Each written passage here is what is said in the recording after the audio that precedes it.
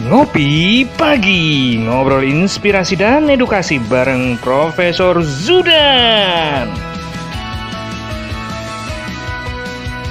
Salam bahagia kerabat desa Indonesia, ngopi pagi bersama Prof. Zudan. Ini kopinya udah disiapin. Pagi ini kita akan mendiskusi, kita akan berbincang seputar kartu keluarga. Jadi kalau dari beberapa kali ngopi yang sudah berjalan, saya melihat kartu keluarga ini kayaknya menjadi kartu yang sangat penting, karena ketika ada perubahan dan seterusnya, basicnya ada di kartu keluarga dan NIK di KTP elektroniknya. Jadi, tapi yang lebih paham pasti Prof. Zudan tentang kartu keluarga ini seperti apa. Kemarin kita juga sempat melihat bagaimana teman-teman di daerah juga sudah ada yang memiliki anjungan mandiri. Ini luar biasa. Salah satunya yang cetak kartu keluarga. Pagi Prof, apa kabar Prof? Ya. Selamat pagi Mas Suryo Koco, selamat pagi seluruh kerabat desa di Indonesia. Pagi yang berbahagia, pagi yang cerah. Assalamualaikum warahmatullahi wabarakatuh.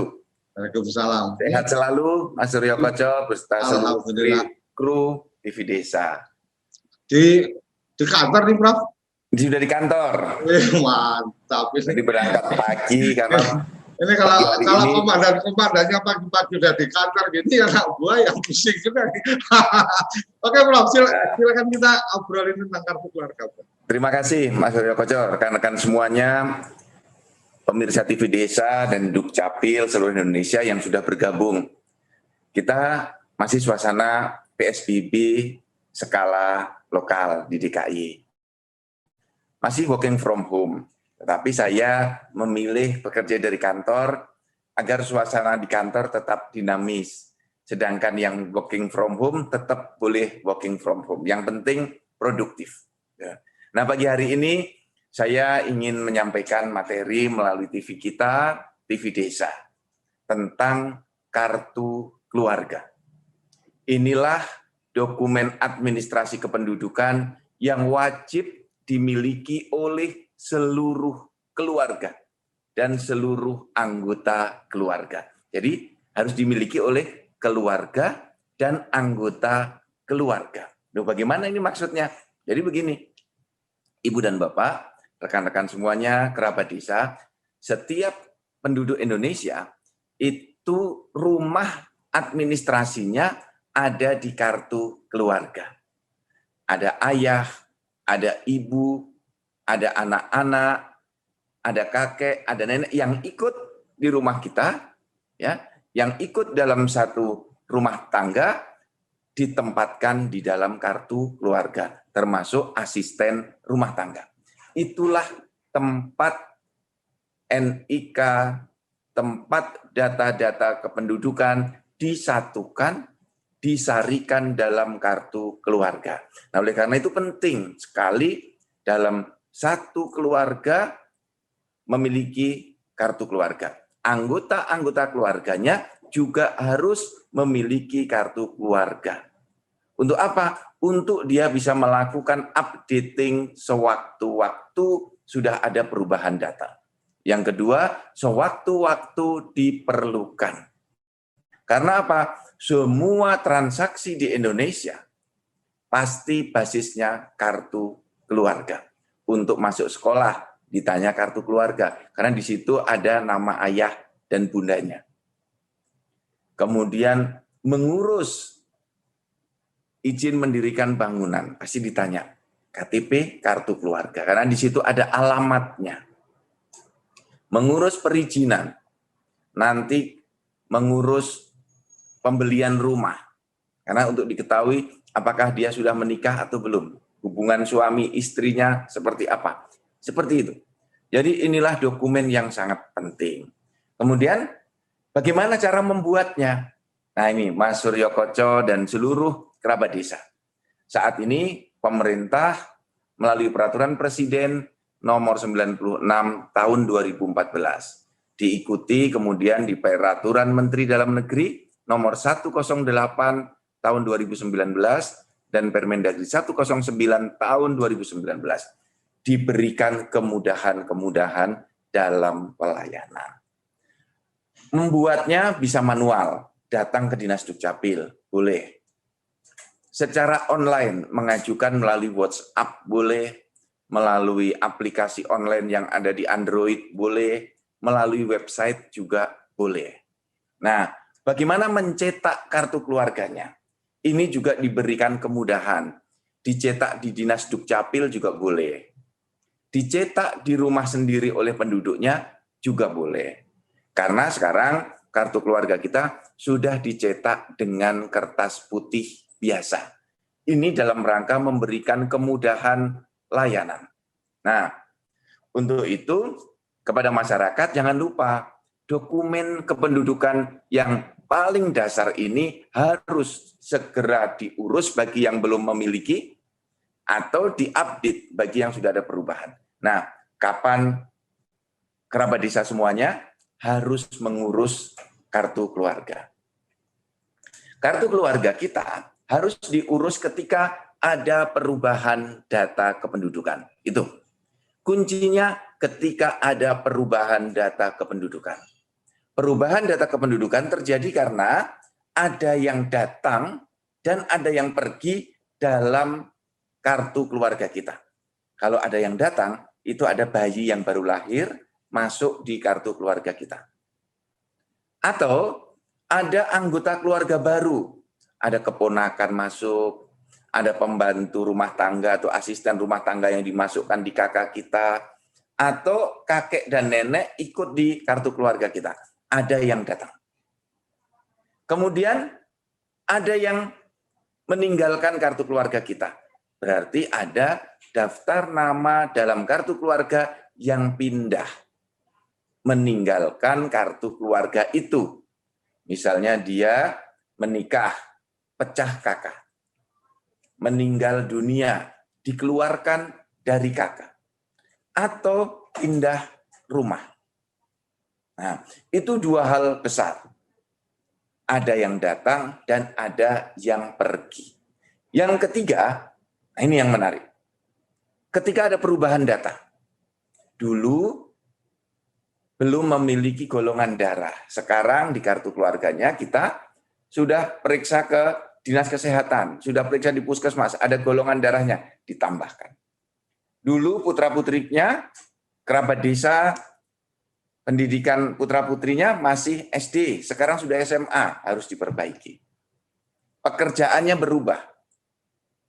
Dari TNI, Polri, pensiun, berubah. Dari mahasiswa masuk wamil, pekerjaannya berubah, harus diganti. Atau dari bujangan menjadi menikah, harus diganti kartu keluarganya. Nah, inilah proses yang harus ditempuh oleh kita semua, seluruh warga negara Indonesia yang ada di tanah air. Datangi Dinas Dukcapil, atau datang di kelurahan, atau datang di kecamatan. Atau bagi dinas-dinas yang sudah menyelenggarakan layanan online, kerabat desa semuanya, pemirsa TV desa, tidak perlu kemana-mana. Diurus dari Android-nya bisa. Diurus dari website-nya bisa.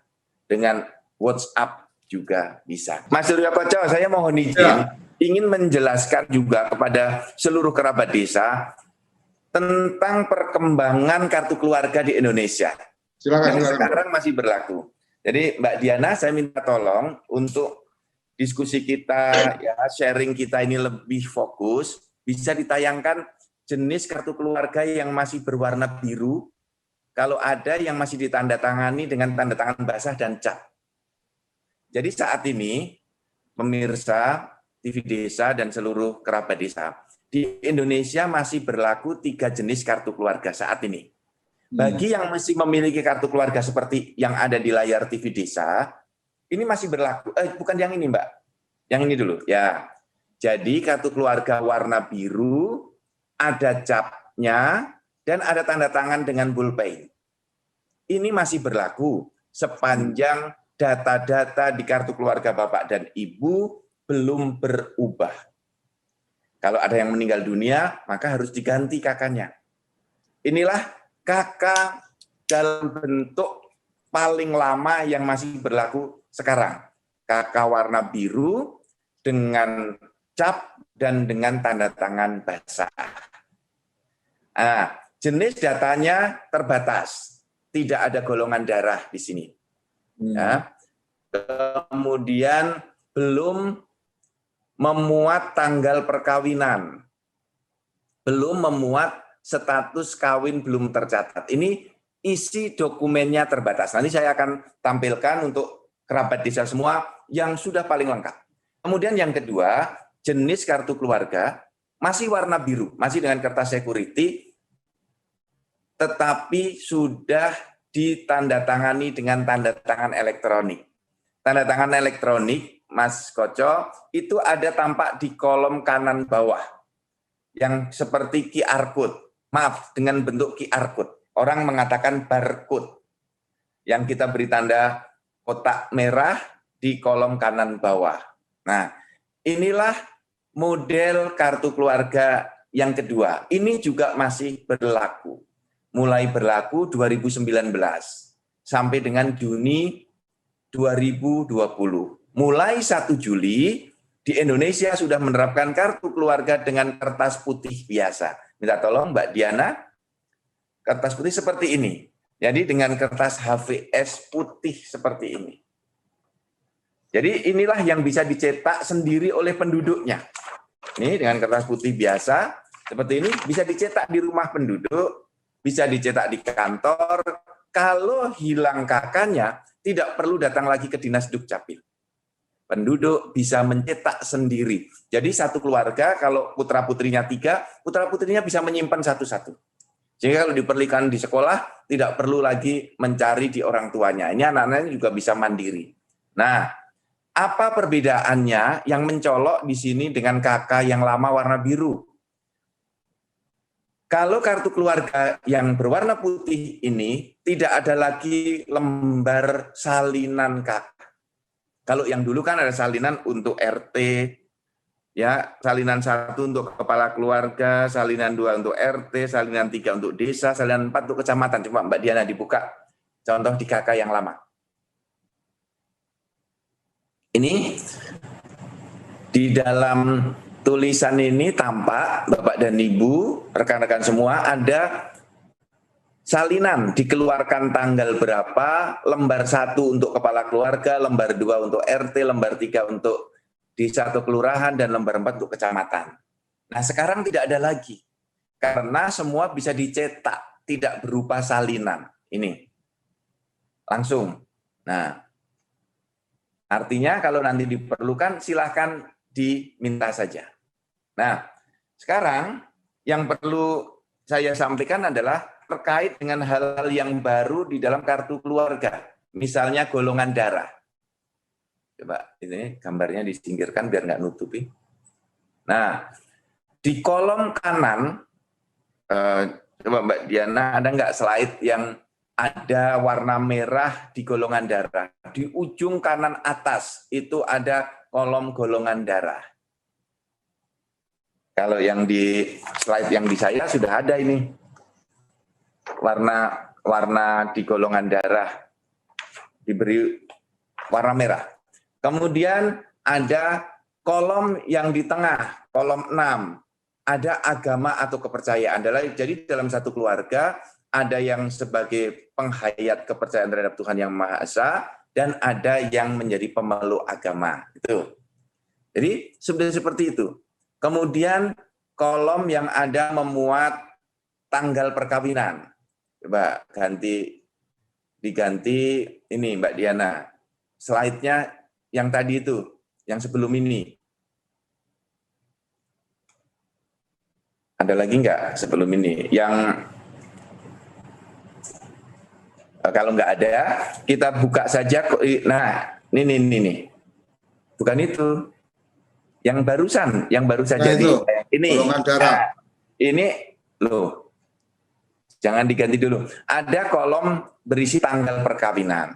Untuk apa tanggal perkawinan itu? Tapi slide-nya bukan ini. Tadi sudah ditayangkan dengan benar, tapi malah diganti. Nah, tanggal perkawinan itu untuk menunjukkan bahwa seseorang menikah pada tanggal tertentu kaitannya dengan pengesahan anak dan pengakuan anak. Jadi nanti di dalam kartu keluarganya akan ditulis pengakuan anak, pengesahan anak itu dilakukan setelah terjadinya perkawinan. Jadi kalau misalnya dalam akte lahirnya anak ditulis siapa nama bapaknya, kita harus mengecek kapan tanggal perkawinannya terjadi. Slide-nya bukan ini. Tolong kembali ke slide sebelumnya. Nah, kemudian status perkawinan. Mbak, bukan ini. Mbak Diana yang tadi sudah benar. Terus, geser lagi. Nah, ini. Stop, di sini. Jadi ada status perkawinan, kalau dulu hanya ditulis kawin belum kawin. Kalau sekarang ada 3 kategori. Kawin tercatat, kawin belum tercatat, dan belum kawin. Kalau kawin tercatat, itu penduduknya sudah memiliki buku nikah. Kalau kawin belum tercatat, perkawinannya sudah terjadi, tetapi dilakukan secara siri atau secara diam-diam, yang artinya belum didaftarkan di KUA untuk yang beragama Islam dan di Dinas Dukcapil untuk yang beragama non-Islam atau penghayat kepercayaan. Nah, kemudian yang di sebelahnya kapan menikahnya, tanggal perkawinannya.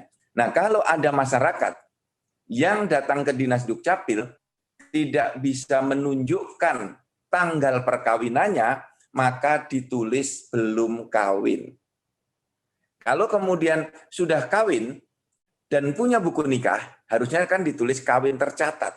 Tetapi tidak bisa menunjukkan buku nikah, tetap ditulis kawin, tetapi ditulis kawin belum tercatat. Nah, inilah perkembangan-perkembangan di dalam administrasi kependudukan kita yang bersumber dari KK. Nah, yang di kolom kanan atas itu ada golongan darah. Ini gunanya adalah untuk saling membantu bagi masyarakat yang membutuhkan transfusi darah atau bantuan untuk darah yang diberikan oleh masyarakat yang berdonor darah. Nah, ini gunanya adalah kalau kita memiliki bank darah, maka siapapun yang membutuhkan golongan darah tertentu tidak akan kesulitan untuk mendapatkannya. Karena setiap penduduk bisa diketik NIK-nya, bisa diketahui golongan darahnya apa. Nah, yang perlu juga kita ketahui, kartu keluarga ini adalah ringkasan data keluarga. Kita bisa mengetahui asal-usul kita, siapa orang tua kita. Kalau cucu bisa mengetahui nama kakek dari nama ayah, ya, kemudian nama ibu. Nah, ini juga nanti bisa menunjukkan hubungan siapa yang bisa menjadi ahli waris. Atau kalau anak naik ke hubungan, naik ke atas ke ibu dan bapaknya siapa, kalau ke samping saudara-saudara kandungnya siapa. Ini kaitannya dengan family tree atau hubungan dalam satu keluarga. Itu Mas Suryo Koco.